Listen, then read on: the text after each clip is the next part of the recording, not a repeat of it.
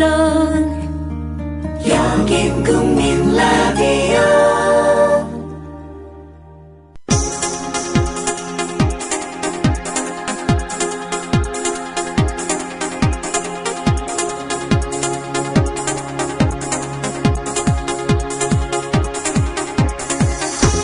해고 이즈 해피입니다. 쫄지 않습니다. 무슨 말든 할 수 있고 눈치 보지 않고 아무거나 할 수 있더라고요. 진실을 지키는 뉴스 바리케이드. 국민일보 해직 기자 조상훈의 뉴스화. 조상훈입니다. 7월 2일 수요일 뉴스화입니다. 오늘 짚어볼 주요 이슈입니다. 전국 교직원 노동조합 전교조에 닥친 고난의 7월, 오늘 좀 더 짚어보겠습니다. 전교조가 검찰까지 가세한 정부의 압박에 굴하지 않고 오늘 오후 2차 교사선언을 발표합니다. 청와대 게시판에 세월호 참사 관련 정부 대응을 규탄하는 글을 올린 전교조 소속 교사들에 대해 당국이 이미 조사를 진행 중인 상황이라서 오늘 2차 교사선언도 파장이 클 것 같습니다. 정부 당국은 조태르 투쟁을 포함해 전교조의 최근 행보 전체가 불법이다, 이렇게 규정하고 있습니다. 정말 그런 것일까요? 민주사회를 위한 변호사 모임 노동위원장 권영국 변호사와 함께 얘기 나눠보겠습니다. 여론의 주목도가 높은 사안일수록 언론의 오보 가능성도 높아집니다. 수요일에 만나는 오보의 역사에서는 거취 문제로 벌써 몇 달째 정치권 안팎의 관심 속에 놓여있는 김기춘 청와대 비서실장을 둘러싼 서울신문의 오보 사례, 미디어오늘 정철훈 기자와 함께 짚어보겠습니다. 잠시 광고 듣고 수요일 뉴스바 이어가겠습니다. 안녕하세요. 저는 참여연대 자원활동가 장정아입니다. 지난 2001년부터 참여연대를 후원하고 있는 강북구에 사는 주부입니다. 그동안 참여연대 활동이 우리 사는 세상을 조금씩 나아지게 하는 것을 지켜보며 뿌듯함을 느꼈습니다. 하지만 요즘엔 집안일을 할 때도 자원활동을 할 때도 세월호 사고가 떠올라 마음이 무겁습니다. 세월호 참사와 같은 가슴 아픈 일이 더 이상 일어나지 않도록 정부와 정치권의 부패, 유착의 고리를 끊어내는데 더욱 철저한 감시 활동이 필요합니다. 참여연대는 창립 초기부터 관료와 국회, 검찰에 대한 감시 활동을 펼쳐왔습니다. 그러한 노력의 결과 부패방지법, 퇴직공직자 취업 제한을 강화하는 공직자윤리법 등이 어렵게 제정되었습니다. 하지만 그것만으로는 충분하지 않습니다. 참여연대와 손잡아 주세요. 회원가입은 홈페이지 www.peoplepower21.org 또는 전화 02-723-5300으로 가입하실 수 있습니다. 참여연대는 정부의 지원금을 전혀 받지 않고 오직 시민의 힘만으로 운영되고 있습니다. Breaking news regarding missing Malaysia Airlines Flight 3. So the United States is lowering the threshold for American. 日本と同じで現地予算やってるから意味がないんだ。环球消费调查，我们来说一种特殊的旅游。近年来呢，出国旅游。 출근길 국제뉴스 브리핑 장혜림의 월드 리뷰.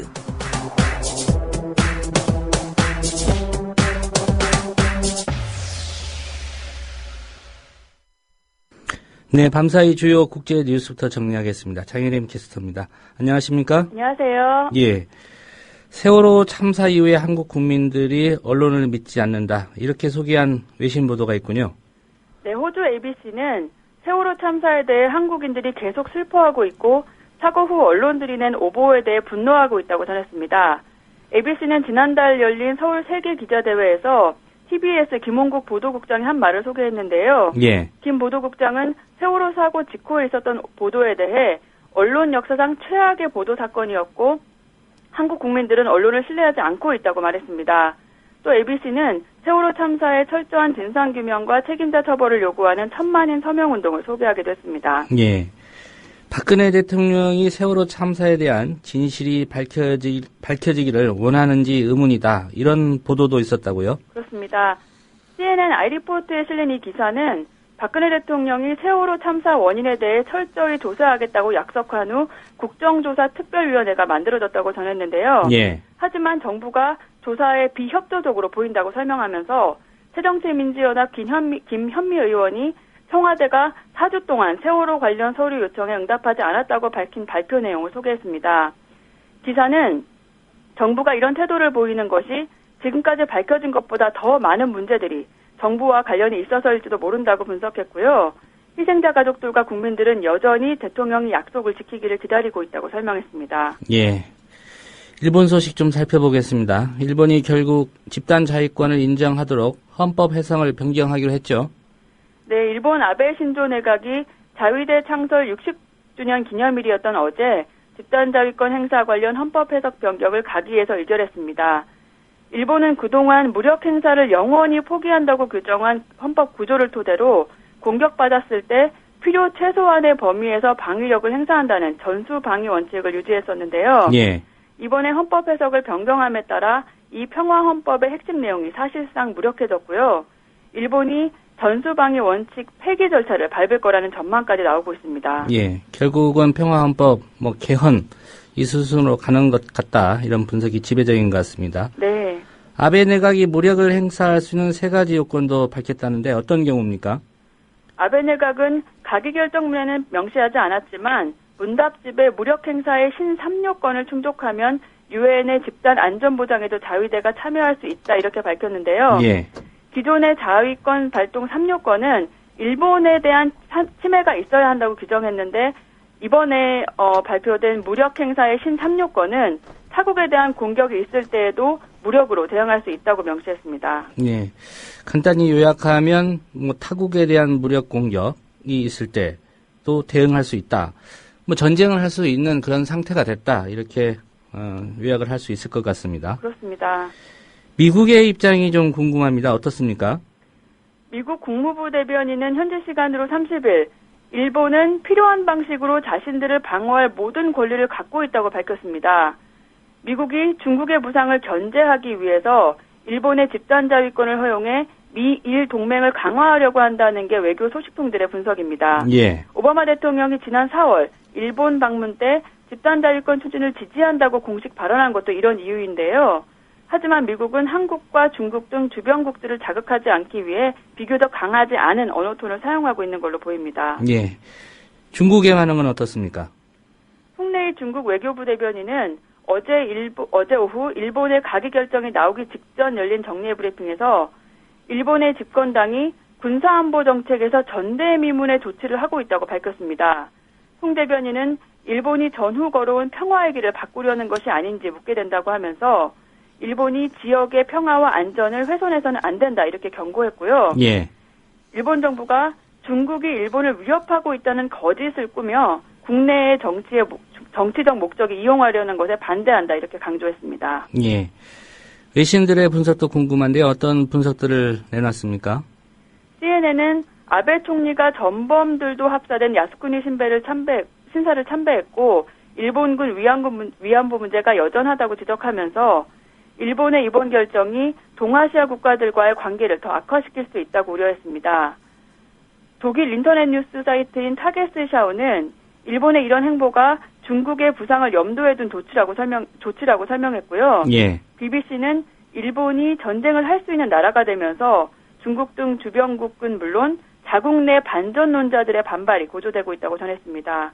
또 가디언은 과거 일본 군국주의의 피해국인 한국과 중국 등이 우려의 반응을 보였다고 전했습니다. 예. 이런 상황에서 북한과 일본이 국장급 협의를 했다는 소식이 좀 관심을 끄는 것 같습니다. 네. 북한과 일본이 어제 베이징에서 납북 일본인 제조사와 이에 따른 일본의 대북 제재 해제를 안건으로 한 협의에 착수했습니다. 양측의 이번 접촉은 지난 5월 29일 이후 열린 첫 공식 협의인데요. 북한은 일본에게 납북 일본인에 관한 재조사를 시행할 특별조사위원회 구성에 대해 설명하고 예. 일본 아베 총리는 이르면 오늘 북한의 설명 내용을 보고받고 대북 제재 해제 여부와 범위 등을 결정할 것으로 예상됩니다. 예. 최근 북한이 미사일을 발사한 것에 대해서는 서로 다른 입장을 밝혔다고요? 그렇습니다. 일본 측 수석 대표는 중요한 협의를 앞두고 지난달 29일 북한이 탄도미사일을 발사했다면서 이것은 유엔 안보리 결의에 위배되며 매우 유감이라고 밝혔는데요. 이에 대해 북한 측 대표는 우리는 유엔 안보리 결의를 인정할 수 없고 이번 발사체 발사는 비행과 안전수칙 등을 지키면서 한 것이라고 반박하며 북한이 미사일을 발사할 권리가 있다는 입장을 밝혔습니다. 예. 동북아 상황이 미묘하게 가는 것 같은데 한중 정상회담이 예정돼 있죠. 어떤 얘기들이 오갈지 좀 궁금해지는 그런 시점인 것 같습니다. 오늘 말씀 잘 들었습니다. 감사합니다. 네, 장혜림 캐스터였습니다.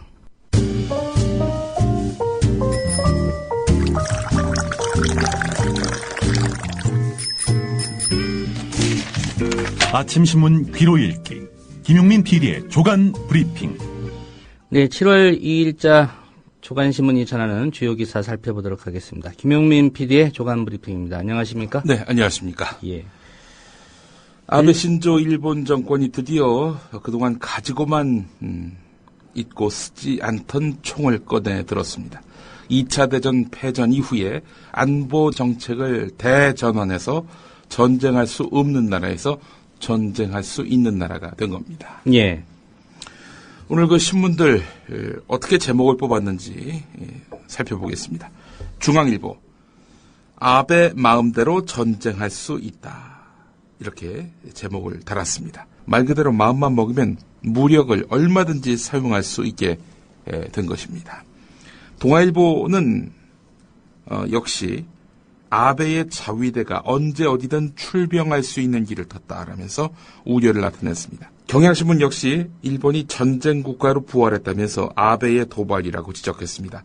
한겨레는 일본이 1945년 패전 이후 69년 만에 전쟁이 가능한 나라가 됐다며 초점을 여기에 맞췄는데 나날이 커지고 있는 중국을 견제하고 싶은 미국, 일단 일본의 이런 평화헌법 재해석에 대해서 지지하는 입장을 나타냈지요. 중국은 반발하고 나섰고 우리 정부 역시 속수무책인 상황이다. 이렇게 진단을 냈습니다. 예. 오늘 한겨레 사설과 조선일보 사설 두 신문은 그야말로 양극단의 논조를 그동안 펼쳐오지 않았습니까? 예. 두 신문의 사설을 믹스해도 전혀 논조에 일관됨에 흐트러짐이 없습니다. 제가 한번 섞어서 소개를 하겠습니다. 역대 일본 정권은 집단적 자위권이 일본의 교전권을 인정하지 않는 일본 헌법 구조에 위배된다는 입장을 지켜왔다. 일본은 지난 20세기 아시아와 세계를 대형 전쟁의 참화 속으로 끌고 들어갔던 전범국이었다. 그랬던 일본이 패전을 딛고 다시 일어서기 위해서는 국내적, 국제적으로 다시는 전쟁을 일으키거나 전쟁에 휘말리지 않겠다는 분명한 의지를 담는 것이 일본의 현행 헌법이다. 집단적 자위권 행사를 유보해 온 것 역시 같은 맥락에서 이루어졌다. 아베 정권은 역대 일본 정부가 단단히 걸어뒀던 이 전쟁으로 가는 문에 빗장을 풀어버렸다. 그 방식도 국민 다수의 동의를 얻는 개헌이 여의치 않으니까 헌법 해석의 변경이라는 그런 편법을 동원했다. 각종 여론조사에서 일본 국민의 다수가 집단적 자위권 행사에 반대하는 것으로 나타났다. 여기까지 조선일보 사설입니다. 예. 이번엔 한겨레입니다.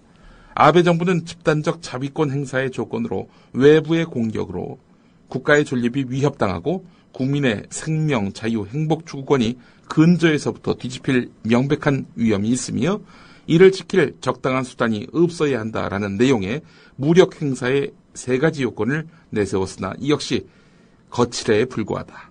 그 요건의 해석에 얼마든지 자의성이 개입할 수 있기 때문에 사실상 일본이 원하는 어디서나 전쟁을 할 수 있게 되었다고 해도 과언이 아니다.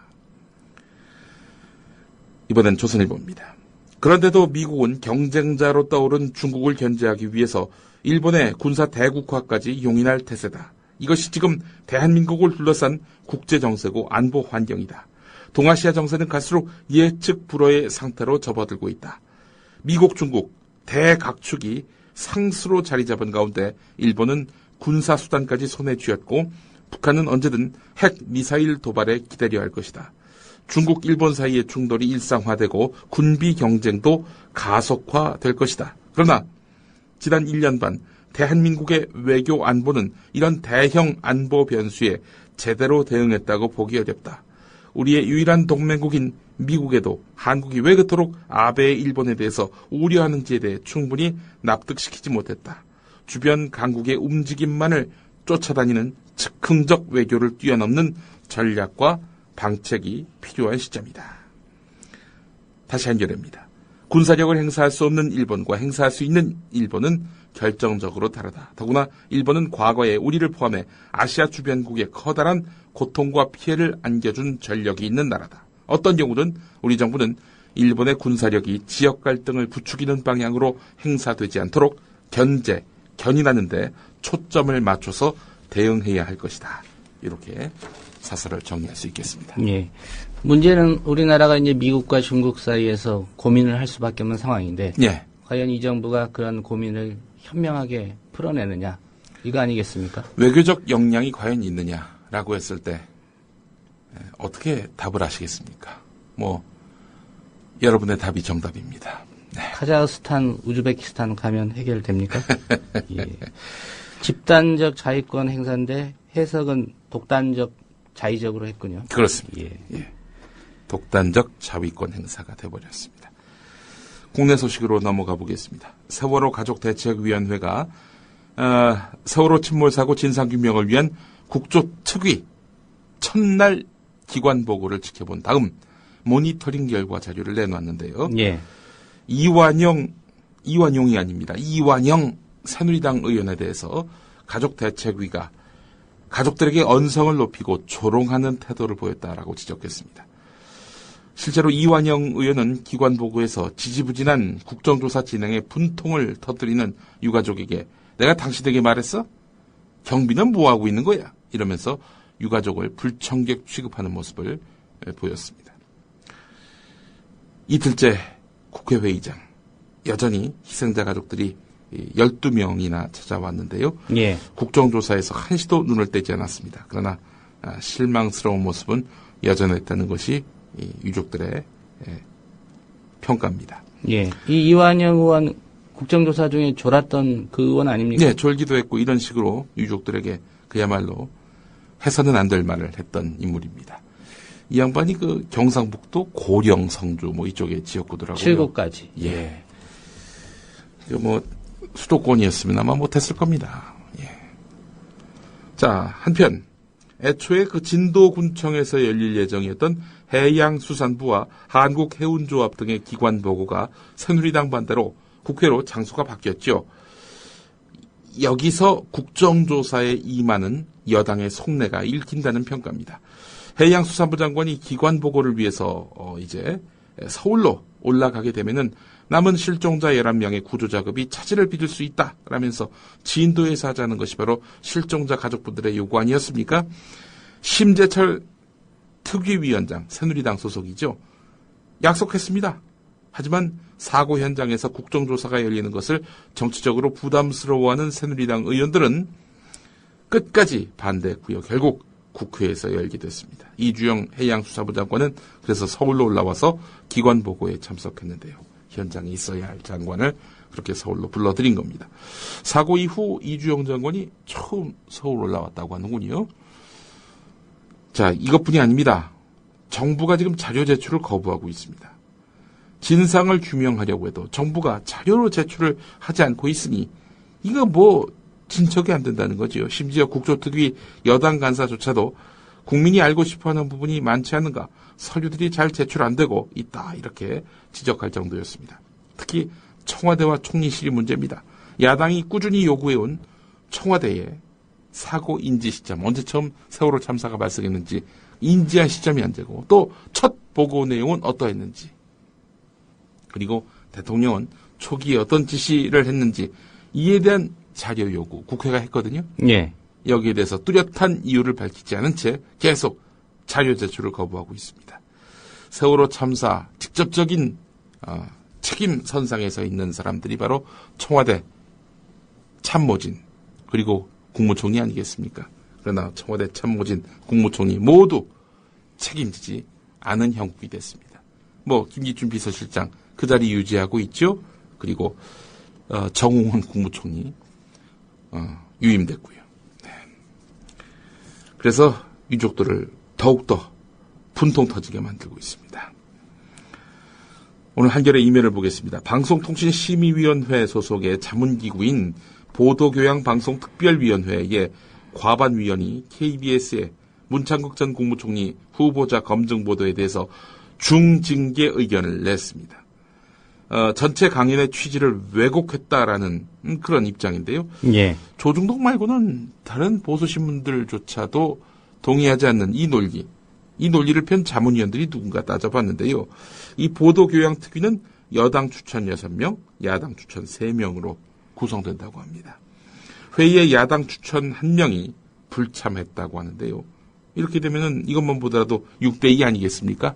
근데 여당 쪽 위원 가운데 1명이 KBS 보도 문제없다 이런 의견을 냈습니다. 예. 그렇다면 5대2. 5대2. 이렇게 나온 거죠. 5대2. 어쨌든 과반 이상 아니겠습니까? 그래서 KBS 문창극 보도는 이거는 왜곡 보도다라고 이렇게 자문기구에서 결론이 났습니다. 물론 자문기구이기 때문에 뭐 직접적인 어떤 그런 강제력은 없습니다. 결정에 강제력은 없지만 그러나 아무래도 길은 터놓았죠.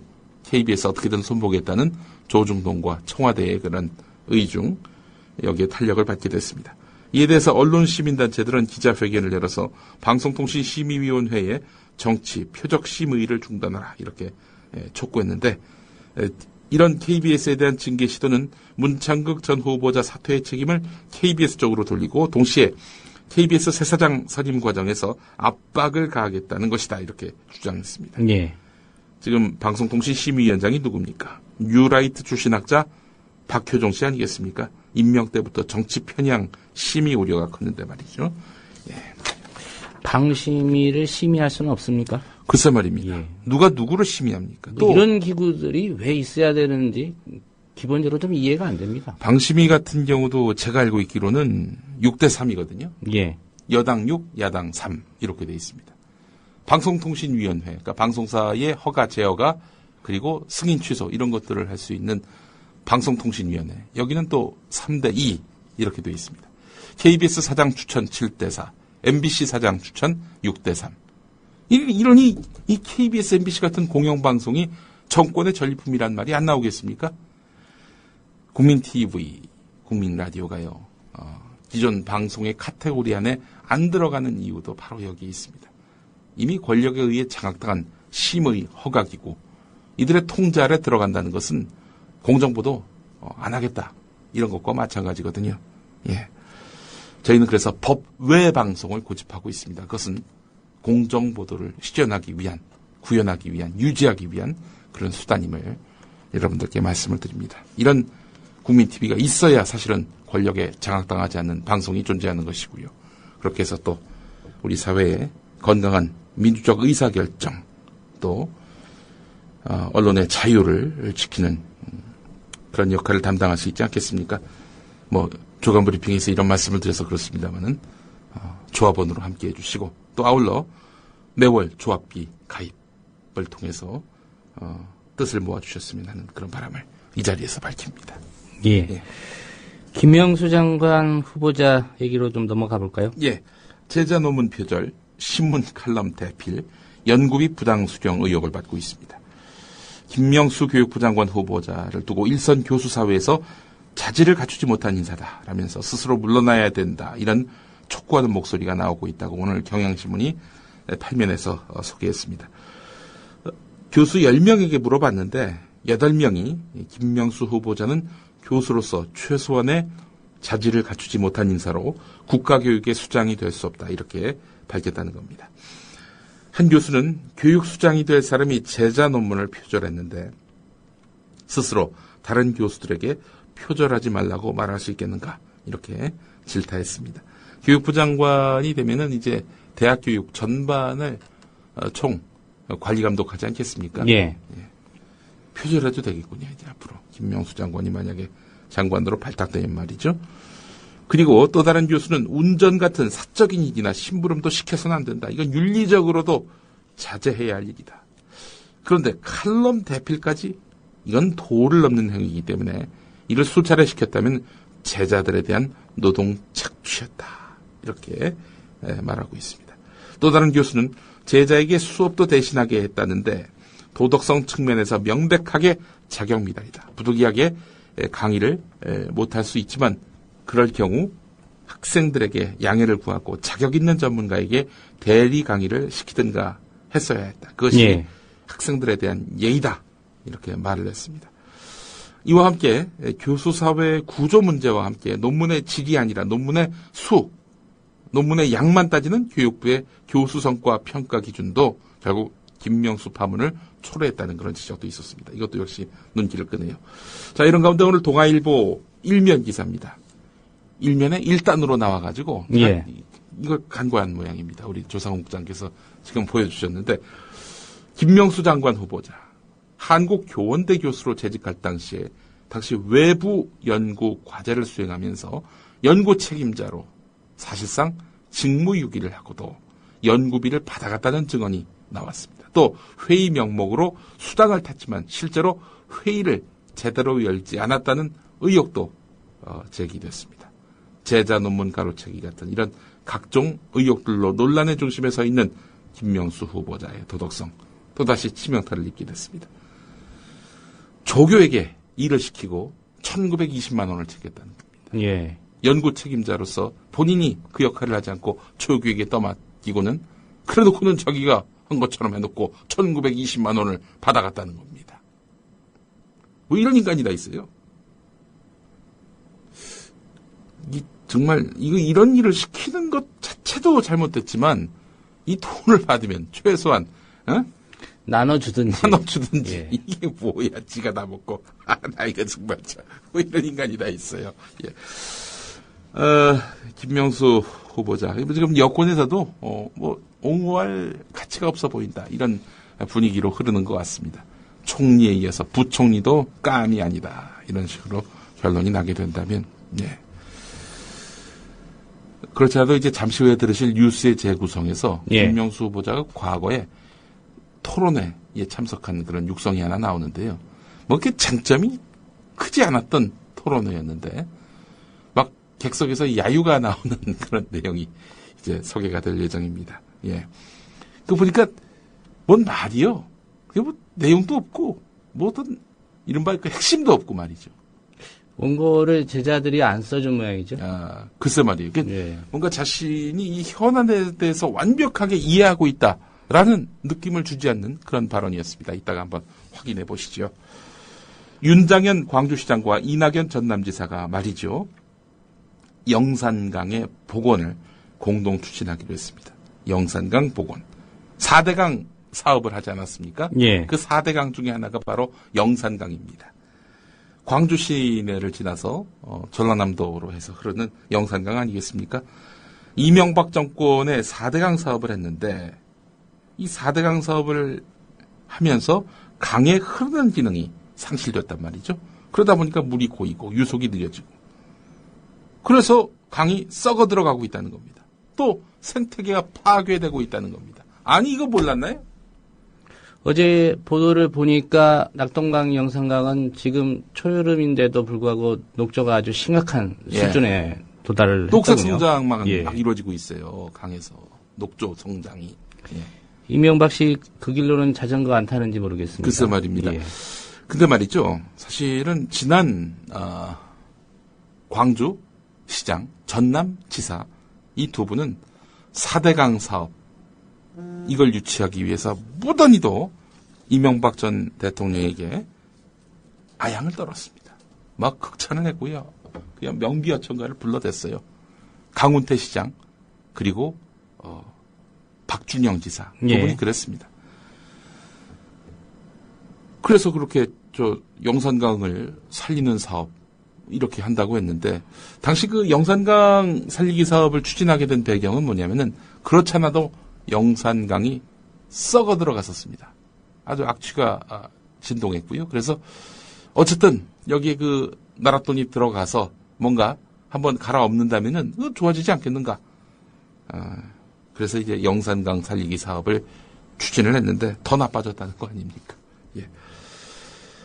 지금 전남 담양에서 발원해서 광주를 거쳐서 전남 서남 쪽으로 흐르는 영산강. 여기에 승촌보와 죽산보가 조성되면서 수질이 급격하게 악화됐다고 하는데 새 광주시장, 새 전남도지사가 4대강 바로잡기 사업을 추진하기로 해서 상당히 관심입니다. 보해체 같은 강 복원을 위한 핵심 작업. 이건 사실은 정부의 결정사항이기 때문에 자치단체들이 뭐 어찌 할 도리는 없습니다. 그래서 어떻게 4대강 바로잡기를 하겠다는 건지 이것도 역시 주목이 됩니다. 지난 30일에 국가정보원이 정치 선거 개입에 쓴 트위터 계정을 증거로 인정하지 않은 법원 결정을 두고 지금 논란이 이어지고 있습니다.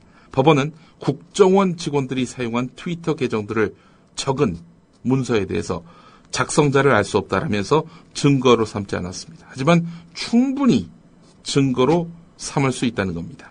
이게 무슨 얘기냐?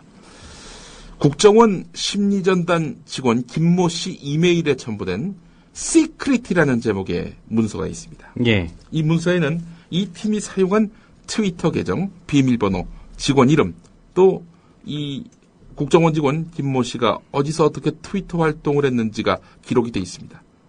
그러나 재판부는 이거 제가 했어요 라고 그 직원들이 인정하지 않는 한 이거는 증거로 인정할 수 없다라고 이야기됐습니다. 자, 그러다 보니까 국정원 직원들의 대선 개입 활동 증거로 잡아서 검찰이 제시한 트위터 계정 가운데 70%는 증거로서 쓸 수 없게 돼버린 거죠. 자, 그렇다면은 이게 과연 타당한 것인가? 이 재판부의 판단이 맞는 것인가? 법조계에 물어봤더니 아니라는 겁니다. 같은 문서라 해도 비진술 증거로 볼지 진술 증거로 볼지 이 판단이 갈리기도 한다는 건데, 2012년 왕재산 사건이라고 있었습니다. 예. 이 피고인 컴퓨터에서 북한으로부터 받았다는 지령문이 압수됐는데요. 법원은 이 지령문을 국가기밀 탐지, 수집 등의 혐의에 대해서 비진술 증거로서 반국가단체 결성 혐의에 대해서 진술 증거로 이렇게 봤습니다. 국가기밀 탐지 수집에 대해서는 그런 문서가 컴퓨터에 있다는 것만으로도 죄를 인정했지만 반국가단체 결성죄에 대해서는 피고인이 문서 내용을 인정해야 증거 능력을 인정할 수 있다는 그런 이유였는데요. 이에 대해서 이 사건에 대해 논문을 쓴 이호중 서강대 교수는 국정원 사건의 경우 시큐리티 문서에 작성자의 행적이 기록되어 있기 때문에 이거는 진술 증거다. 따라서 이걸 증거로 인정하는 것이 타당하다. 이렇게 말을 했습니다. 예. 또 성매매 업소 여성들이 만든 고객 명단 이런 것들을 근거로 해서 성매매한 남성들 이렇게 수사하지 않았습니까? 이건 역시 그 남성들이 인정해야 그게 성매매를 인정한 걸로 이렇게 판단되는 거 아니겠습니까?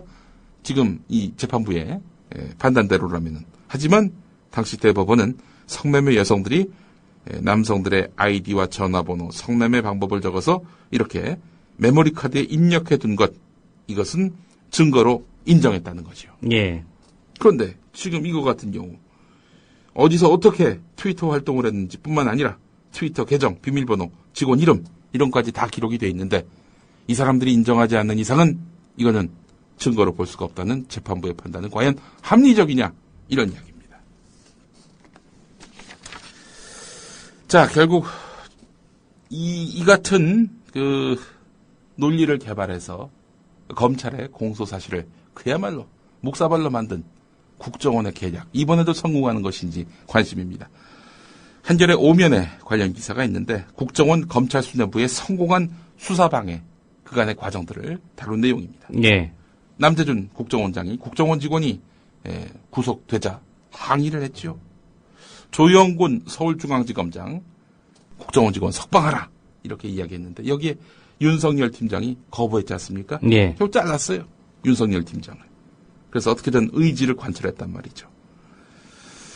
게다가 국정원은 직원들에게 진술을 거부하라. 검찰 나가 조사받을 때 진술을 거부하라. 이러면서 수사방해를 했습니다.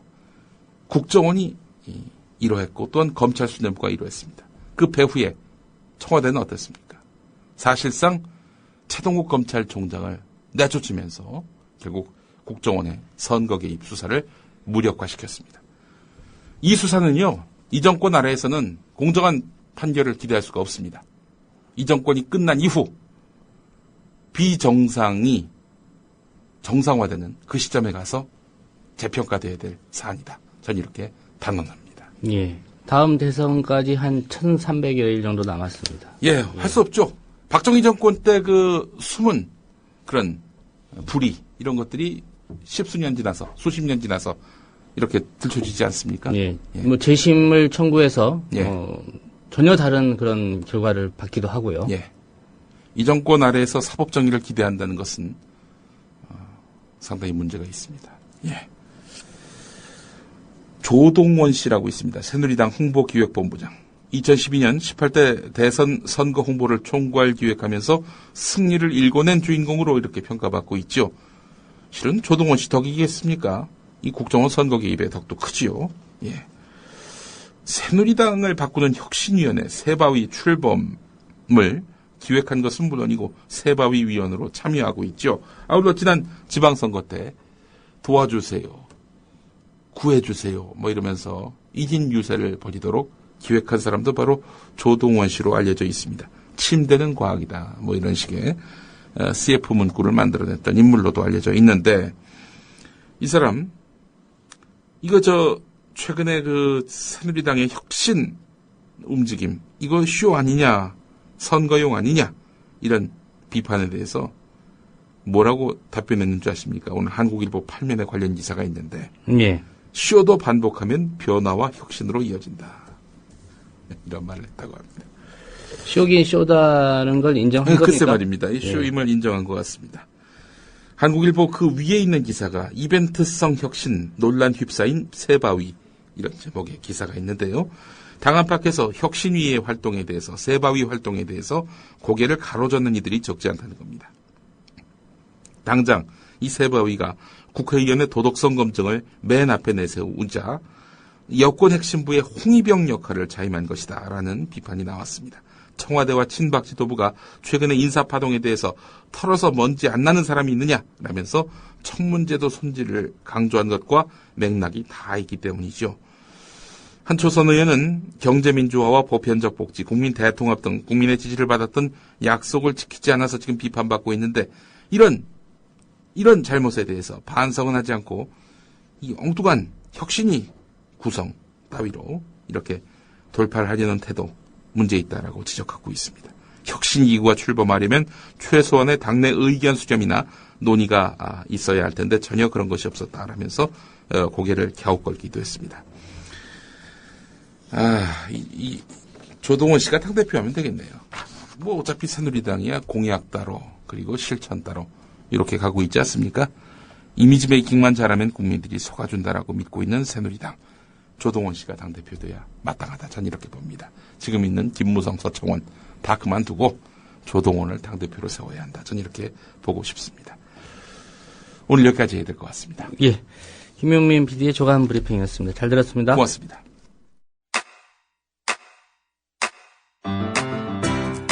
국민 라디오 지지하는 4가지 방법 아시나요? 다운로드하기, 별점 주기, 댓글 달기, 구독하기. 국민 라디오를 보다 많은 이들에게 전할 수 있는 가장 손쉬운 방법. 다운로드하기, 별점 주기, 댓글 달기, 구독하기. 잊지 마세요. 다운로드하기, 별점 주기, 댓글 달기, 구독하기.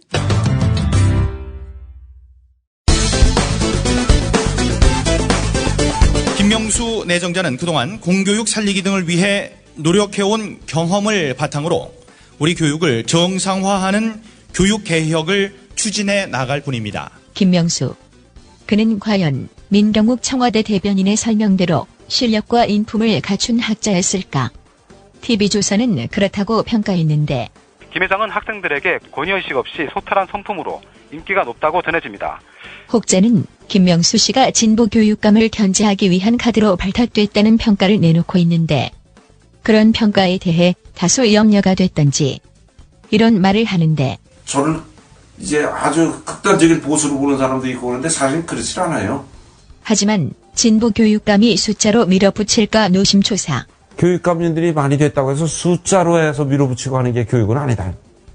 서로 생각을 공유하고 또 쉐어하고 이러면서 공동의 합일점을 찾아가는 게 교육을 시스템을 맡고 있는 사람들의 할 일이다. 그렇게 생각을 해요. 어제 중언부언하는 것 같다는 느낌 안 드시나요? 그의 과거 토론회 또 인터뷰를 들어보시겠습니다. 먼저 2009년에 있었던 토론회. 국립대가 부설한 학교를 어떻게 발전시키느냐.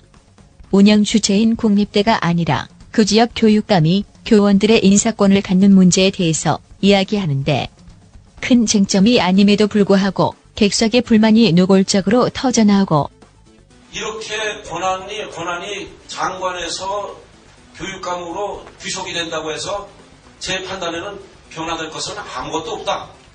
단지 변화될 것은 없다. 단지 권한만 이것이 바뀔 뿐이다라고 하는 생각을 하고 있습니다. 물론 나중에 뭐 어떻게 될 거냐 그거는 저는 정치적인 차원에서 논의가 될 거기 때문에 잘 모릅니다. 그러나 원칙적으로 얘기를 하지 말아야지. 원칙적으로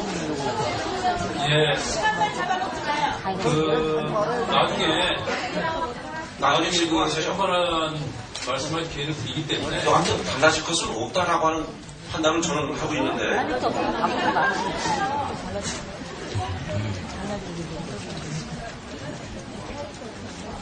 이것이 과연 큰 일이 날 거냐 또 웃을까봐 겁나네요.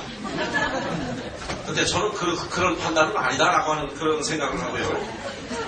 한편 2011년 한국경제TV 인터뷰 주 5일 수업제로 인해서 사교육이 번창하는 것 아니냐는 우려에 대해 이렇게 말하는데 이 학교가 그 아이들을 토요일에 맡고 있다고 해서 공교육이 정상화된다는 식의 그런 문제가 해소가 되고 학교에서 안 맞는다고 해서 문제가 생길 거라고 하는 건 좀 생각을 우리가 바꿔야 될 것 같아요. 네. 그 생각을 바꾸지 않고 자꾸 하던 기존의 방식대로만 학교에다 대고 책임을 묻는 것은 이거는 조금 문제가 있다고 생각이 되네요.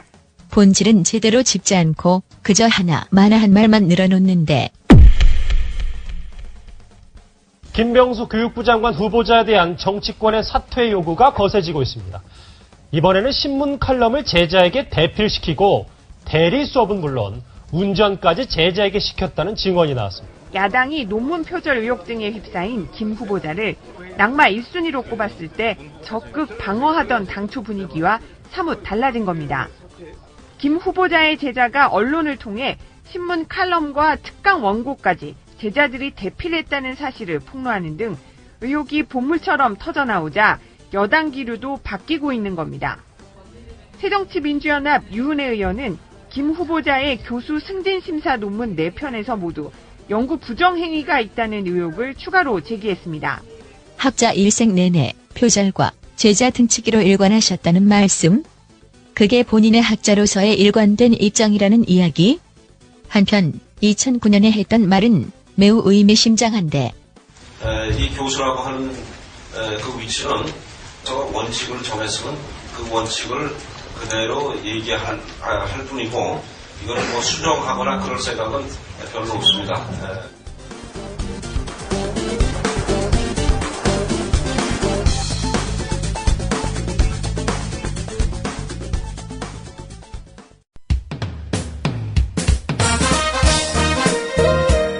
균형 잡힌 시각, 정직한 분석, 조상훈의 뉴스바.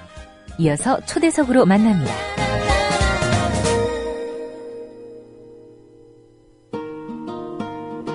네, 전국 교직원 노동조합 전교조가 법의 노조 처분과 관련해서 대정부 투쟁 수위를 높여가고 있습니다.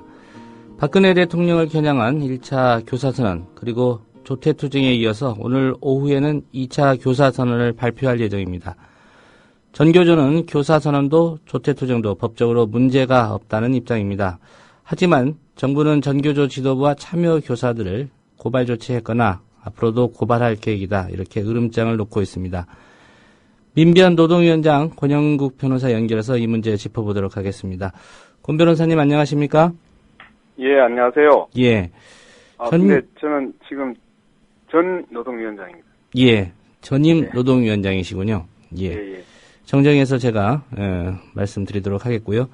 이 전교조 소속 교사들이 오늘 오후에 박근혜 대통령 퇴진 등을 요구하는 2차 교사선언을 할 예정이라고 이렇게 밝힌 상태고요. 이보다 앞서서는 또 조퇴투쟁을 진행을 했었습니다. 네. 먼저 조퇴투쟁 관련해서 좀 여쭤보도록 하겠습니다. 이 교육부는 이 조퇴투쟁이 명백한 불법이다 이런 입장입니다. 국가공무원법을 위반했고 또 업무방해 등의 혐의가 있다 이런 주장인데요. 권 변호사님께서는 어떻게 생각하십니까? 이런 주장? 두 가지 다 그렇게 단정해서 불법이라고 얘기할 수 없다라고 말씀드리겠습니다. 우선 그 국가공무원법 위반 관련해서는 예. 지금 그 교원노조법에서 노동운동을 보장하고 있거든요. 그렇기 때문에 지금 그 전교조 선생님들이 하고 있는 것은 어떤 뭐 정치적인 목적을 어떤 정권 창출이라든가 이런 목적은 아니라 예.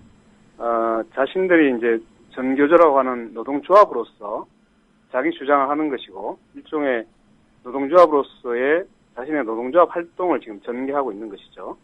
그렇기 때문에 거기에서 얘기하는 그 집단 행동이라 할 때 여기 이제 교원노조법에 의한 노동운동의 일환 또는 노동조합 활동의 일환으로 전개하고 있기 때문에 예. 이것을 국가보안법 위반으로 그렇게 단순히 규율할 수는 없다 이렇게 말씀드릴 수 있고요. 국가공무원법 위반이요. 예.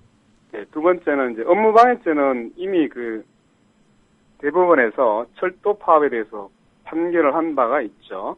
그러니까 그 이게 이제 전격적으로 그러니까 사용자가 예측할 수 없는 시기에 전격적으로 이루어져서 막대한 뭐 손해라든가 심대한 예. 혼란을 끼쳤을 때 그런 경우에 이제 위력에 의한 업무방해죄가 성립한다 이렇게 판결을 한 거거든요. 예. 근데 이 조태투쟁을 잘 보시면은 사실상 이제 그 선생님들 일부 나오더라도 이제 다른 선생님이 그 수업을 대체하도록 하고 준비를 하고 나오기 때문에 실제로는 업무에 저해가 일어나지 않죠. 그리고 막대한 손해나 심대한 혼란이 일어나지 않습니다. 따라서 위력에 의한 업무방해죄가 성립하지 않는 거죠. 예. 매우 무리하게 또는 그 이제 교육부나 정부가 그냥 일방적으로 지금 법을 해석하고 있기 때문에 상당한 문제점을 가지고 있는 것이죠. 예. 정부가 이런 법적인 논리를 모를 리가 없을 텐데 일단 고발을 했고 또 검찰도 뭐 수사해서 사법 처리 가능하다 이런 입장 아닙니까? 검찰이 수사를 해서 기소를 할까요? 과연? 지금까지 보면 이제 그 검찰은 교사들의 어떤 노동운동 또 노동조합 활동에 대해서 매우 부정적으로 보는 그런 기류가 계속 형성돼 왔었죠. 예. 왜냐하면 교원 노동조합이 그 정부의 어떤 교육 정책이라든가 정부가 잘못된 정책에 대해서 매우 비판적인 입장들을 가지고 있기 때문에 지금 현재 검찰은 사실상 정부의 입장을 대변하는 형태로 정치적 수사를 하는 경우가 꽤 많이 있었죠. 그렇기 때문에 검찰은 여전히 현 정부의 입장을 대변해서 수사를 할 가능성이 대단히 높습니다. 예. 오히려 검찰이 중립적이지 않다는 결론이 되는데 결국 정부의 비판적인 전교적 교사들의 움직임에 대해서 결국은 매우 무리하게 법의 잣대를 갖다 이제 되지 않을까 이렇게 생각은 됩니다. 예. 예. 결국 법정에 가면 무죄가 될 게 뻔한 걸 알면서도 일종의 지금 전교조에 대한 압박 수단으로 수사를 하고 기소를 할 가능성이 높다 이렇게 보시는군요. 업무방해죄 같은 경우는 뭐 지금 이미 대법원 그 판례에 따라서 보면 죄가 성립될 수가 없는 경우인데요. 예.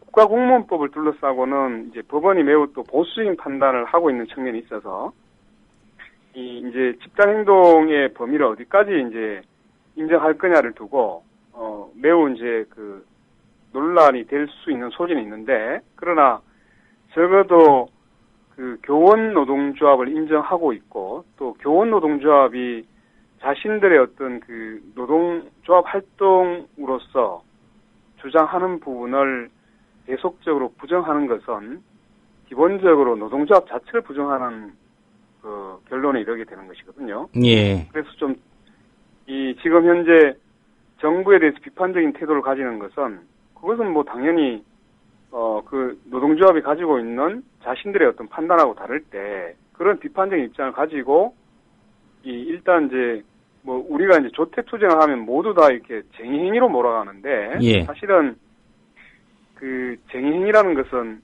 업무의 정상적인 운영을 저해하는 행위거든요. 근데 실제로 지금 선생님들이 하고 있는 거 보면 수업이나 이런 것들을 다 대체시키는 형태로 이루어지고 있기 때문에 이것은 사실은 그 쟁의행위가 아니에요. 그 내용적으로 보면. 예. 그래서 이런 그 쟁행위가 아닌 일반적인 형태의 그 집단적인 어떤 행동, 활동 이런 것들은 사실 정상적인 노동조합 활동의 범주에 들어가는 것이죠. 보장돼야 되는 겁니다. 예. 예.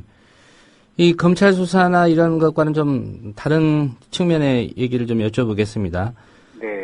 전국 13곳 진보교육감들이 어제부터 이제 임기를 시작을 했습니다. 또, 이 시도교육청들이 어떻게 대응하느냐가 중요한 좀 변수가 될 것 같아서 여쭤보겠습니다. 교육부는 일단 시도교육청들에게 이 조태투쟁에 참여한 교사들 명단 넘기라 이렇게 지시를 했고요. 네. 일부 교육감들은 매우 신중한 입장을 보이고 있는 상태입니다. 이 교육청, 그러니까 교육감들이 이 교육부의 지시를 거부하면 어떤 법적으로 좀 문제가 있는 겁니까? 아니면 그래도 되는 겁니까? 뭐, 교육부가 일단 이제 그 일반 일선 교육청을 지도, 감독할 수 있는 권한이 있긴 있는 거죠. 예. 있는 건 맞는데, 그러나, 교육감은 또 자체 자기 관할 구역 내에서, 자율적으로 자신의 권한을 행사할 권리가 또 있는 거죠. 그렇다면, 이제 그 정부나 교육부에서 요구하고 있는 지시나, 뭐 이런 이제 요구가 판단이 다르게 생각되면, 예. 요구가 정당하지 않다. 또는 지금 이제 지시하는 내용에 대해서 판단을 달리하고 있다라고 한다면 자신의 판단에 따라서 그 요구의 그 지시를 따르든지 아니면 또 정당한 사유를 가지고 그 지시에 대해서 이의를 제기할 수 있겠죠. 예. 그런 측면에서 보면 교육감에 대한 그 일방적인 지시가 반드시 정당하다 이렇게 말할 수 없기 때문에 거부한다고 해서 반드시 법적인 문제가 생기지는 않습니다. 예. 특히 이제 김상근 교육감이 아마 언젠가 이제 교원들이 교사 공무원이 이제 민주노동당에 가입을 후원했다 이것 때문에 이제 아마 징계 지시도 내리고 이렇게 했던 사안이 있었던 적이 있었죠. 예. 근데 그 사안에서도 검찰에서는 직무유기로 고발을 했던 것 같은데 그게 이제 무죄가 났던 이런 이제 사례가 있습니다. 예, 대법원 확정 판결이 난 게 그렇게 오래된 일은 아닌 걸로 저도 기억을 하고 있습니다. 예, 맞습니다. 예. 검찰 고발과는 별개로 지금 교육부가 이제 시도교육청에 교육감 차원의 이제 징계를 하라 이렇게 지시를 했습니다. 이 내용 역시도 앞서 말씀드린 거하고 같은 내용이죠. 예, 교육감들이 판단해서 징계 여부를 결정할 문제다 이런 거죠. 그렇죠. 예. 아까 이제 전에 말씀드렸듯이 그게 업무방해가 되는지, 그다음에 이제 국가공무원법에 실제 위반되는 어떤 집단 행위인지 이런 것들은 교육감도 판단을 충분히 할 수 있거든요. 예. 그렇기 때문에 그 지시 자체가 일방적이고 부당하다면 거기에 대해서는 그 부당한 지시를 꼭 따라야 될 이유는 없겠죠. 예.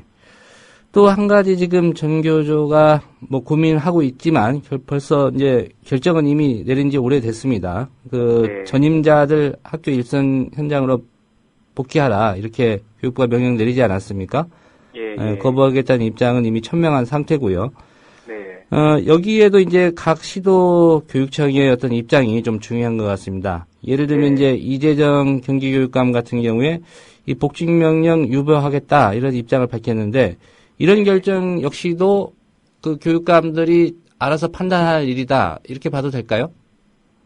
예, 만약에 이제 전국 교직원 노동조합이 법의 노조라고 하는 것은 사실상 이제 법의 노조라고 해서 불법 단체라는 의미는 아닙니다. 정확히 얘기하면 그게 이제 노동조합법상의 일정한 요건에 하자가 있어서 이제 법적인 자격 또는 법적인 지위 이건 일종의 이제 법적으로 부여하는 여러 가지 권한을 행사할 수 없다 이런 취지의 의미이지 그것이 이제 헌법에서 얘기하는 근로자가 자주적으로 근로조건 향상을 위해서 단결권을 가진다라고 했을 때 그 단결체로서의 의미까지를 부정하고 있는 건 아닙니다.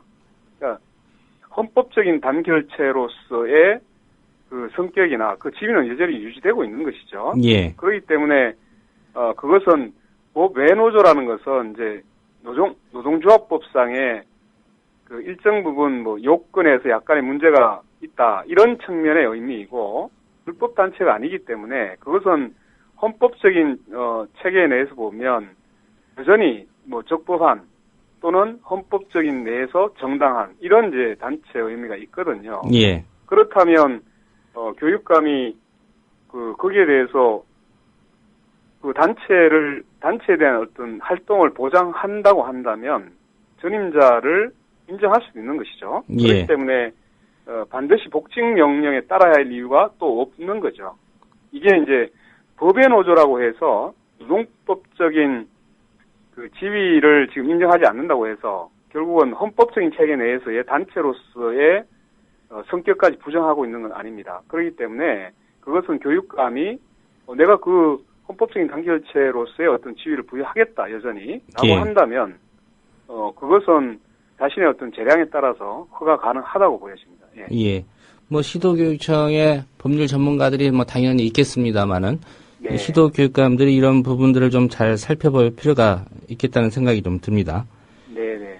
네, 교사선언 얘기로 좀 넘어가 보겠습니다. 뭐 교육부가 이미 1차 교사선에 참여한 교사 200여 명 검찰에 고발했고요. 네. 그렇지만 전교조는 오늘 오후에 2차 교사선언 진행하겠다 이런 입장입니다. 뭐 역시 교육부는 같은 절차를 밟을 것으로 예상이 되는데요. 이 문제는 이제 공무원의 정치적 중립 의무 위반 이 논란과 좀 맥이 닿아 있는 것 같습니다. 이 고발하는 거 좀 뭐 법적으로 근거가 있고 합당한 그런 조치인지 좀 궁금한데 어떻게 보십니까? 이거는 이제 우리 법원이 매우 그 교사 공무원의 어떤 정치적 자유, 정치적 기본권을 사실상 봉쇄하는 여러 판결을 지금 하고 있죠. 그런 데서 기인하고 있는 측면이 강한데요. 예. 이제 그 교사나 공무원의 지위는 두 가지 지위가 있을 수 있습니다. 하나는 그 자기 직무상으로 또는 자기 업무상으로서 뭐 공무원이라든가 특수한 지위인 교사의 지위가 하나 있을 수 있고, 그러나 그 직무나 업무를 떠나서 보면 한 시민으로서의 지위가 또 있는 것이거든요. 예. 결과적으로 시민으로서의 자기의 어떤 정치적인 자유를 행사하는 것, 이건 당연히 보장돼야 되겠죠. 근데 이 부분이 철저하게 지금 봉쇄하고 있어요. 우리나라에서. 그건 정부도 마찬가지고 법원도 마치 그 교사의 특성이 있으면 시민으로서의 정치적 자유, 권리 이런 것들이 모두 봉쇄되어도 되는 것처럼 지금 판단을 내리고 있는 경향이 있어서 예. 매우 지금 부당한 현실을 맞고 있는 것이죠. 어쨌든 그렇다 하더라도 지금 이제 해석을 해보면 그 공무원이나 교사의 중립성을 요구하는 것은 국민의 봉사자로서의 자기 직무를 다 하라 이런 이제 취지가 있거든요. 예. 근데 이번에 이제 세월호 사건을 보면 이것은 정부가 국민의 안전이나 생명을 지키지 못한 그러니까 정부로서의 자기 책무를 다하지 못한 부분에 대해서 지금 교사들이 책임지라고 한 것이거든요.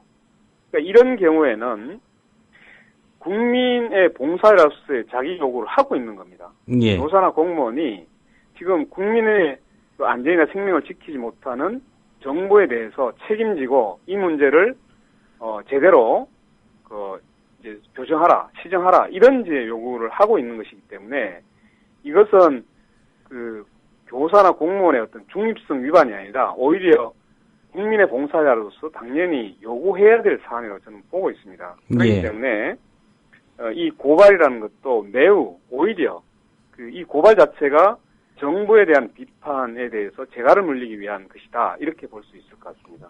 예. 교사들도 당연히 뭐 정권이 잘못하면 대통령의 퇴진까지도 요구할 수 있는 게 뭐 당연한 것 아닌가 이런 생각이 드는데 이 부분을 너무 지금 표현의 자유 이런 부분을 좀 억압하고 있다 그렇게 보시는군요. 그러니까 교사 공무원의 어떤 정치적 자유나 기본권은 그 해외에서는 대부분 다 독재국가 아닌 이상 거의 인정되고 있는 거죠. 예. 뭐 교사들이 어느 이제 정치적인 그 입장을 옹호하기도 하고 주장하기도 하고 또 심지어 선거에서 어느 정당을 지지하기도 하고 이런 것들은 일반적으로 지금 또는 매우 보편적으로 보장되고 있는 그 교사나 공무원의 정치적 권리나 자유인데, 예. 지금 우리는 이 교사나 공무원들의 사실 이제 입을 또는 그 재갈을 물림으로써 사실상 정부의 어떤 신협, 정부의 어떤 협조자로 만들려고 하는 의도가 대단히 강한 것이죠. 예. 외국의 경우를 말씀하셨으니까 관련해서 좀 네. 여쭤보겠습니다. 얼마 전입니다. 지방의 한 고등학교에서 이제 원어민 강사로 일하고 있는 이 마이클 데커라는 교사가 네. 시국선언이나 조태투쟁 행위가 탄압받는 한국의 현실 이해하기 어렵다. 이런 인터뷰를 했던 적이 있는데요. 네. 이 데커 교사 역시 세월호 교사선에 동참을 했었고요. 네. 우리 현실에 비춰서 외국, 특히 네. 좀 우리가 선진국이라고 일컫는 나라들의 경우에 이 네. 교사들의 어떤 정치적 표현의 문제, 이런 문제에 대해서 어떤 입장을 보이고 있는지 좀 구체적으로 좀 예를 좀 들어주시겠습니까? OECD 국가에서 사실상 이런 이제 일반적인 자신들의 입장을 표명하는 것, 그러니까 이건 표현의 자유의 이제 일환이죠. 예. 이 표현의 자유를 가지고 사실은 어떤 입장을 표명했다고 해가지고 이걸 가지고 고발하거나 처벌하는 이런 전례는 매우 찾기가 힘듭니다. 예. 그다음에 또 하나는 이제 어떤 자기가 이제 선호하는 정당에 가입했다는 이유로 또는 정당 후원했다는 이유로 이걸 가지고 또 제한하고 처벌하고 어떤 징계를 하고 이런 경우도 이제 지난번 민주노동당 후원 문제 때문에 예. 여러 사례를 조사를 했는데 매우 이제 그 후진국을 제외한다면 사실상 그런 이제 기본적인 정치적 자유나 이런 권리는 인정이 다 되고 있는 거죠. 예. 그런데 지금 우리나라 같은 경우에는 실제로 그 교사가 어떤 비판적인 입장을 가지는 순간 이것들이 모두 이제 공무원의 어떤 중립성 위반 또는 집단 행동으로 몰아서 완전히 이제 재갈을 물린 형태를 취하고 있는데 여기에는 정부가 그동안 이제 공무원들 통해서 또는 교사들을 순치시키는 방법으로 또는 그 정부의 입장을 대변시키는 역할로 기능하도록 했기 때문에 예. 이런 관성에서 여전히 벗어나지 못하고 있는 것이죠. 그건 예. 매우 이런 이제 교사나 공무원들의 재갈을 물리는 것은 결과적으로 독재 권력이 자신들의 어떤 입장을 홍보하는 기능으로서 계속 활용하겠다는 이런 의미가 담겨 있는 거죠. 오히려 지금 그 교사나 공무원들의 어떤 자율적인 또는 자주적인 목소리나 비판을 못하게 만드는 것은 그 자체가 대단히 정치적인 의도를 갖고 있는 겁니다. 예. 이 전교조 법외노조 처분에 대해서 일단 1심 법원은 그 정부의 처분이 적법하다 이런 판단 내렸습니다. 네. 전교조는 당연히 하겠다 이런 입장이었으니까요. 예. 항소심 재판 1심 결과와 비춰서 어떻게 좀 뒤바뀔 가능성이 있다 그렇게 전망하시는지요? 저는 이제 1심 판결이 사실 전혀 이해가 여전히 되지 않습니다. 예. 왜냐하면 자주성을 보호하기 위해서 둔 근로자가 아닌 자가 가입하면 노동자가 보지 않는다. 이 조항은 사실은 자주성을 보호하기 위해서 판결문에 그런 표현이 있는데 예. 자주성을 보호하기 위해서 둔 조항이거든요. 근데 그 조항은 그래서 매우 실질적으로 또는 합리적으로 해석돼야 되는 겁니다. 결과적으로 근로자가 아닌 자가 포함되어 있기 때문에 자주성이 훼손되었느냐 아니느냐 하는 문제를 판단해야 되는데 예. 오히려 지금 전교조는 매우 적극적으로 활동을 하는 와중에서 해직자가 발생하고 그 해직자를 보호하는 것이 노동조합의 자주성을 보호하는 매우 중요한 역할이거든요. 기능이거든요. 예. 근데 그 자주성을 보호하라고 했더니 오히려 자주성 조항을 가지고 자주적인 노동조합을 부정하는 판결을 했거든요. 이거는 매우 논리 모순뿐만 아니라 사실은 궤변이라고 저는 보고 있습니다. 예. 그렇기 때문에 이 부분에 대해서 이제 노동법적인 그 원리나 노동법적인 어떤 가치를 사실상 위배한 판결을 해버린 거예요. 1심 판결은. 예. 그렇기 때문에 항소심 재판부가 만약에 노동법적인 제대로 된 어떤 해석을 하고자 한다면 1심 판결은 뒤집힐 수밖에 없는 거죠. 네. 예. 어떤 논리적인 충돌 부분만 해소를 하더라도 1심과는 전혀 다른 판결이 나올 가능성이 있다. 이렇게 보시는군요. 근데 이제 만약에 항소심 재판부가 예. 매우 형식적인 그런 식의 이제 1심 판결과 같은 사고에서 벗어나지 못하면 똑같은 결론이 나올 수도 있는데, 그래서 항소심 재판에서는 이 노동법적인 어떤 원리나 가치에 대해서 제대로 고민해야 됩니다. 예. 예. 전교조 사항과는 좀 다른 질문 끝으로 하나 좀 드리겠습니다. 권 변호사님, 최근에 개인적으로 본다면 좀 무리하게 검찰이 어떤 기소한 사건이 있었지 않습니까? 네. 예. 법을 다루고 있는 입장이신데, 이 대한민국에서 법이 어떻게 기능하고 있다고 보시는지, 좀 진단을 좀 부탁을 드리겠습니다. 뭐 개인적인 일이긴 하지만 검찰이 무리하게 기소했다는 게 대체적인 여론 같기도 하고요. 그래서 좀 여쭤보겠습니다. 지금은 법치의 상황이 아닙니다. 법치라고 하면 원래 이제 국가 권력이 법이 정한 절차, 법에 구속되어서 그렇게 정치 또는 통치를 하라는 것이 원래 법치입니다. 그러니까 국가 권력도 법을 뛰어넘어서 또는 법을 위배해서 그 자신들이 어떤 결정을 하거나 강요해서는 안 된다는 의미가 있거든요. 예. 근데 지금 철저히 보면 어떤 헌법적인 자유, 헌법적인 기본권을 요구하는 것에 대해서 이렇게 지금 이제 법의 잣대를 갖다 대고 법으로 구속하려고 하는 거거든요. 이거는 법에 의한 지배라고 해서 법을 통치의 수단으로 지금 전환시켜버린 겁니다. 그러니까 법을 국민의 어떤 기본권의 권리를 보호하기 위한 헌법적인 장치로서 보고 있는 것이 아니라 이 통치자가 또는 권력자가 자신들의 입장이나 자신들의 이해관계를 관철시키기 위해서 거기에 반대되는 또는 비판적인 세력이나 사람들에 대해서 법을 억압하는 수단으로 또는 그 통제하는 수단으로 지금 전락시켜 버리고 만 것이죠. 그렇기 때문에 이미 법치는 역시 법치 자체가 무너져 버렸고요. 법치가 무너졌다는 것은 결과적으로 독재적인 정치가 이루어지고 있다는 것을 의미하는 거죠. 그 과정에서 생겨난 것이라고 저는 보고 있습니다. 예. 법치가 사라진 사실상의 독재 시대다, 이런 진단이시군요. 네. 예, 오늘 말씀 잘 들었습니다. 네, 고맙습니다. 네, 민주사회를 위한 변호사 모임 전 노동위원장인 권영국 변호사와 함께 전교조 문제 짚어봤습니다. 여러분께서는 지금 국민일보 해직기자 조상훈이 진행하는 국민라디오 아침 시사 프로그램 조상훈의 뉴스바를 듣고 계십니다.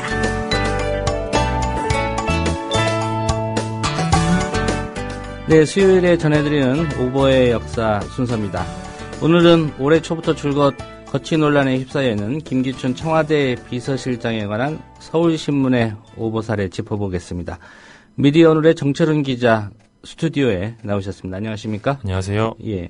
김기춘 청와대 비서실장과 관련된 기사 워낙 많습니다. 예. 근데 이 거취와 관련해서 오보가 있었다, 이런 얘기죠? 예, 맞습니다. 예. 서울신문의 오보, 언제 어떤 내용으로 보도가 됐던 기사입니까?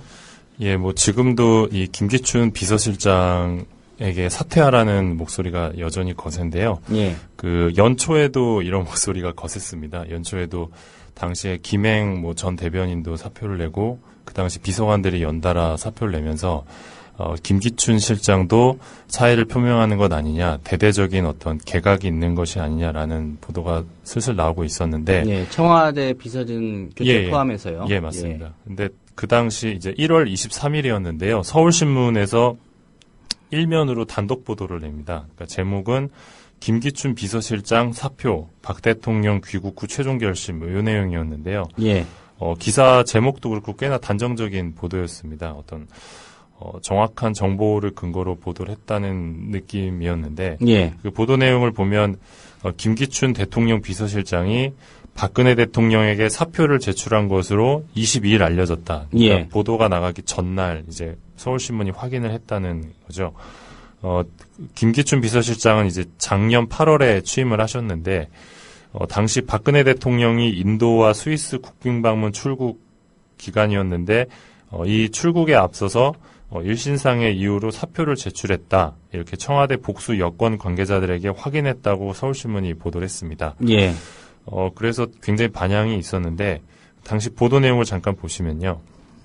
그 김기춘 실장이 개인적인 이유로 지난해 말부터 그러니까 2013년 말이죠. 그때부터 두 차례 이상 사의를 표명했다. 이렇게 보도를 했습니다. 그리고 박 대통령은 김 실장의 뜻을 존중하고 있어서 23일 순방에서 돌아온 뒤 최종 결정할 것으로 보인다. 이렇게 보도했습니다. 예. 또 정부의 한 관계자는 이 서울신문과 인터뷰에서 당시 박 대통령은 김 실장의 사표를 반려하지 않고 귀국 후 보자라고 했다면서 이는 귀국 후 사표를 수리하겠다는 뜻이다.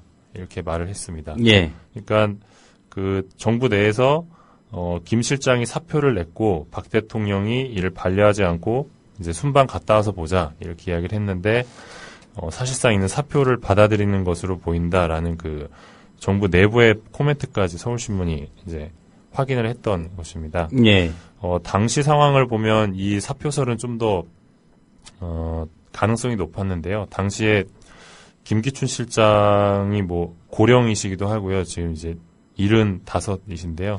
고령이시기도 하고 당시 외아들이 한 분 계시는데 불의의 사고를 당해서 의식불명 상태였습니다. 그래서 심신이 지쳐 있어서 비서실장 업무를 수행하기 어렵다고 이미 여러 군데에 알려져 있는 상황이었고 그래서 이제 서울신문은 이 같은 상황에서 어떤 추가적인 취재와 그 확인을 거쳐서 보도를 하게 된 셈입니다.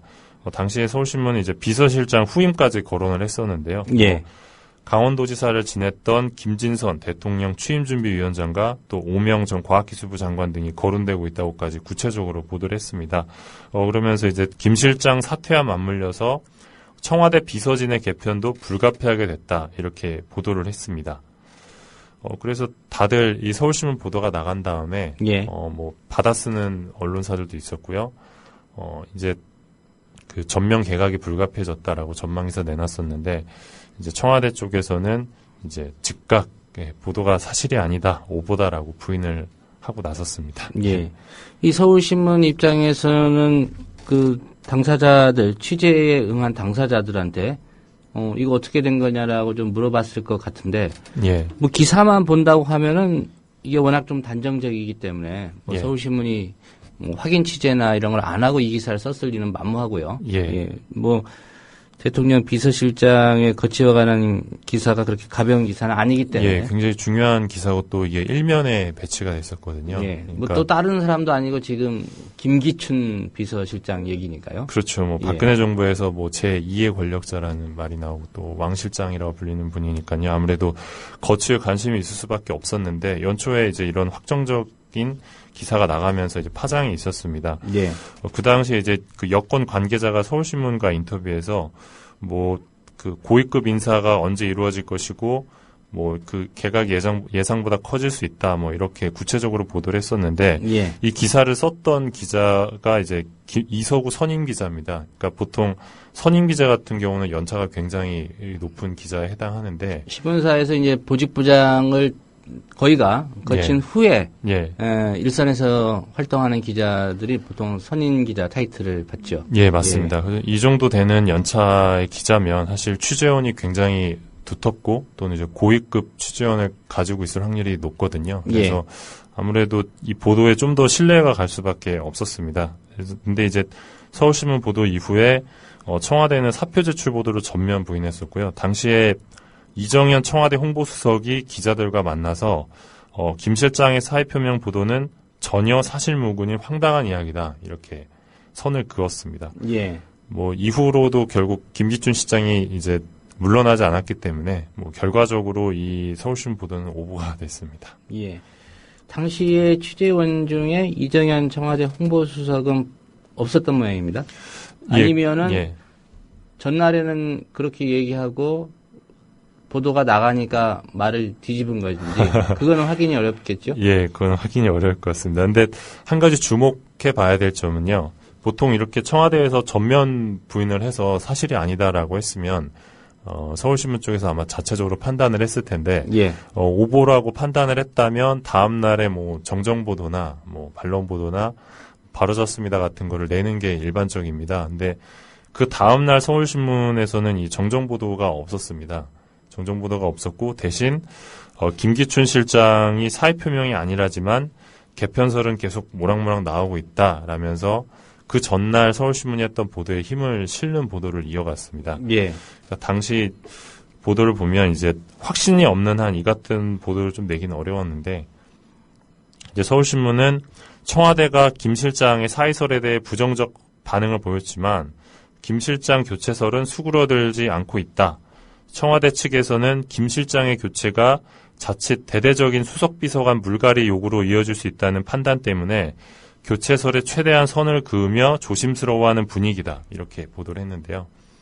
뭐 이런 그 분석이 사실이라면 뭐 다퉈봐야 할 여지가 있지만 서울신문이 정정보도를 내지 않은 점 그리고 계속해서 그 자사보도에 어떤 근거가 있음을 강조한 점에 비춰보면 뭐 오보로 단정하기 어려울 수도 있지 않나 싶지만 어쨌든 김기춘 실장이 지금 현재 계속 비서실장직을 유지하고 있기 때문에 예. 뭐 오보라고 봐야 될 것 같습니다. 결과적으로는 이제 그렇게 된 건데 예, 맞습니다. 뭐 이런 측면도 생각을 해봐야 될 것 같습니다. 청와대의 기류가 보도 이후에 완전히 바뀌었을 가능성 예. 그 부분도 배제할 수는 없을 것 같고요. 예. 예. 그 보시면 그 서울신문 보도 나온 다음에 다른 매체에서도 그 보도를 이어갔는데요. 경향신문 같은 경우는 이날 여권 핵심 관계자 발언을 인용해가지고 이제 근거 없는 낭설이다라는 그 입장을 전했습니다. 근데 여기에서 주목할 부분이 이 여권 핵심 관계자가 경향신문과 인터뷰에서 여의도에 김기춘을 흔들려는 세력이 있다. 이렇게 주장을 했다고 하는데요. 그렇다면 이 여권 핵심 관계자는 여의도에서 활동하는 사람은 아니겠군요. 이렇게 말한 사람은요. 예. 하여튼 음모론까지 제기하면서 이 사퇴설을 전면 부인했었는데요. 뭐 이 점에 비춰보면 이제 김기춘 실장을 두고 그 여권 내부에서 혹은 그 여의도 정가 내부에서 또는 청와대 내부에서 김기춘 실장의 사표를 그 원했던 세력이 있을 수도 있다. 뭐 이런 추정을 해볼 수 있습니다. 예. 예. 한 가지 드는 또 의문이 있긴 합니다. 김기춘 비서실장이 아시는 것처럼 언론 보도나 이런 거에 적극적으로 대응하고 있지 않습니까? 예. 본인이 직접 소송을 제기하기도 하는데요. 예. 이건 본인 거취와 관련된 문제이기 때문에 서울신문을 상대로는 어떤 조치를 취하지 않은 게 아닌가 이런 느낌이 드는데 예. 뭐 관련해서 김기춘 실장이 서울신문의 어떤 법적 조치나 아니면 뭐 반론 보도를 요구하거나 그러진 않았습니까? 예, 그러진 않았던 것으로 알고 있습니다. 예. 그 이후에 그 부분이 만약에 문제 제기를 했다면 뭐 저희가 기사를 썼을 텐데 예. 뭐 저희도 그 부분에 대해서는 뭐 들은 바가 전혀 없고요. 또 이후에도 계속 서울신문도 그렇고 다른 매체에서도 그 사의설, 뭐 사퇴설, 사표설 계속 이런 부분이 나왔었거든요. 예. 당시 조선일보 같은 경우도 김 실장의 사의 표명을 외부에 알리지 않은 것일 뿐이다.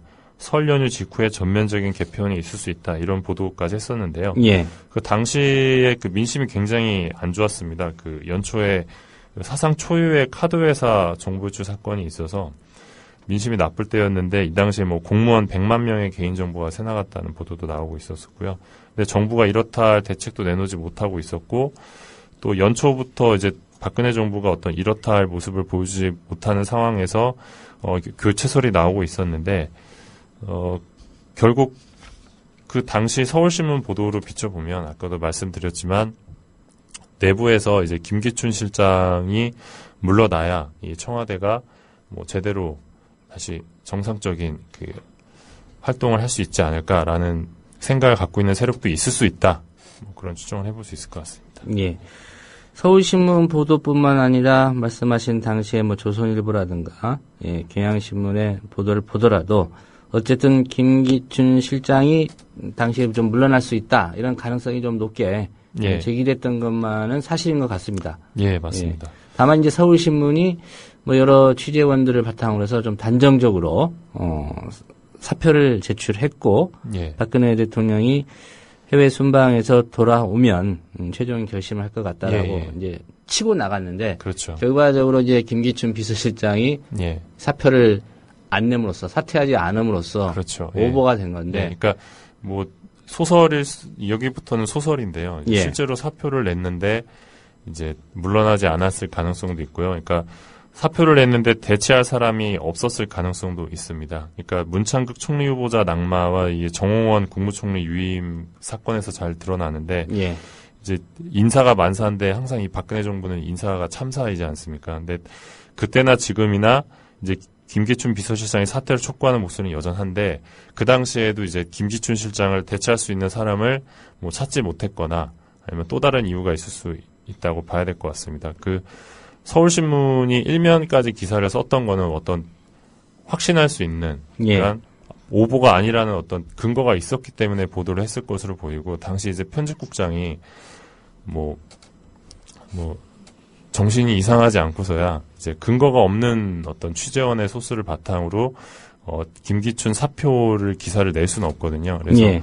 제가 볼 때는 어떤 중요한 또 믿을 만한 취재원의 그 워딩이었던 것 같은데 이게 보도 이후에 뭔가 상황이 변해서 이제 사표가 수리되지 않고 계속 유임됐을 가능성도 있지 않을까 그런 생각을 해봅니다. 예. 사실 기사들을 보면 그 여러 가지 살펴볼 부분들이 있습니다. 기자들이 특히 이제 정권 핵심부, 뭐 권력 최고위층과 접촉하는 기자들은 취재원을 당연히 이제 보호를 하죠. 예. 예. 복수의 여권 관계자들이 전했다. 예. 일단은 2명 이상이 그렇죠. 이런 얘기를 했다는 얘기고요. 예. 예, 이런 기사에 많이 등장하는 표현이 이제 여기 이 기사에도 있지만 김기춘 대통령 비서실장이 박근혜 대통령의 사표를 제출한 것으로 22일 알려졌다. 예. 기사는 이렇게 썼지만 이제 누군가 알려줬다죠, 사실은. 맞습니다. 뭐 가만히 있는데 뭐 어떻게 알려집니까? 그렇죠. 뭐 공고를 하는 것도 아니고요. 예. 예. 어쨌든 말씀하신 대로 정치권 내부에서 그런 좀 어떤 입장 변화, 상황 변화가 있었던 게 아닌가라는 좀 예. 추정이 가능한 것 예, 같습니다. 그러니까 어쨌든 이 보도 같은 경우는 김기춘 비서실장의 어떤 사표 사의를 바라는 사람들이 많았기 때문에 이 같은 보도가 나온 것이거든요. 예. 만약에 이 서울신문 기자에게 정보를 흘린 취재원이 거짓말을 했다면 이제 김기춘 실장의 어떤 사퇴를 바라면서 거짓말을 했겠죠. 그러니까 그 말은 즉슨 정부 내에서도 어떤 비토 세력이 있었다는 것이고 만약에 거짓말이 아니라 취재원의 발언이 사실이었다면 그럼 보도 이후에 어떤 그 내부 변화에 의해서 혹은 뭐 입장 변화에 의해서 그 김기춘 실장이 유임됐을 가능성도 고려하지 않을 수 없습니다. 예. 최근에 박근혜 대통령의 인사 스타일을 본다면 사표를 수리하고 후임을 물색하다가 후임자를 찾지 못해서 유임시키기로 했다. 이렇게 갈 법도 한데 일단 김기춘 예. 실장의 경우에는 그렇게 되지 않았고요. 예, 그렇습니다. 지난해 8월에 대통령 비서실장에 취임을 했기 때문에 이제 다음 달이면 1년이 돼 갑니다. 예, 맞습니다.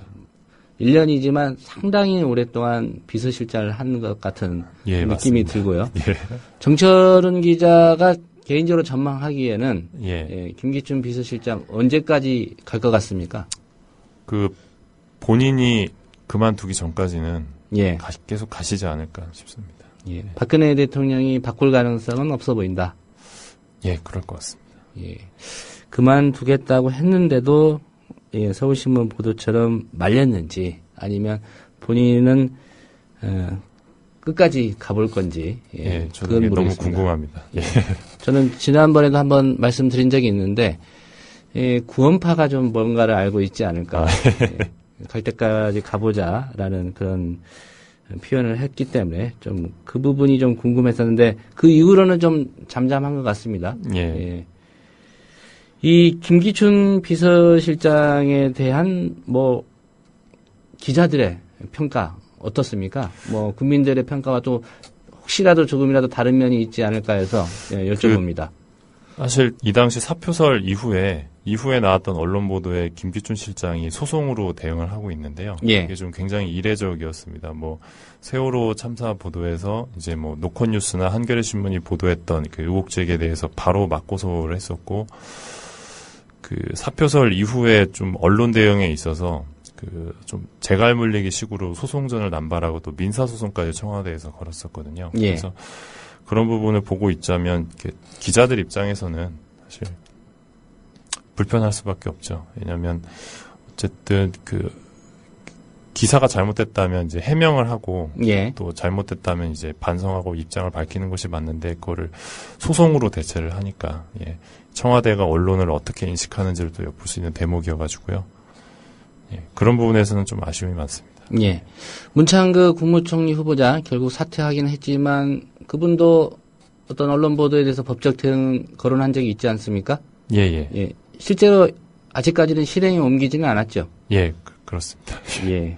기자 출신이기 때문에 그런 법적 대응들이 어떤 의미가 있는지, 결과적으로 무슨 소용이 있는지에 대해서는 누구보다도 잘 알고 있을 것 같습니다. 네, 오늘 말씀 잘 들었습니다. 감사합니다. 예, 미디어 오늘의 정철웅 기자와 함께 청와대 김기춘 대통령 비서실장 사표 단정적으로 보도했던 서울신문의 보도 내용 짚어봤습니다. 네, 뉴스바가 오늘 준비한 소식은 여기까지입니다. 지금까지 제작의 김효진 PD였고요. 저는 조상훈이었습니다. 내일 오전 7시 30분에 다시 인사드리겠습니다. 뉴스의 재구성은 보내드리지 못했는데 다음에 기회가 되면 보내드리도록 하겠습니다. 들어주신 여러분 고맙습니다.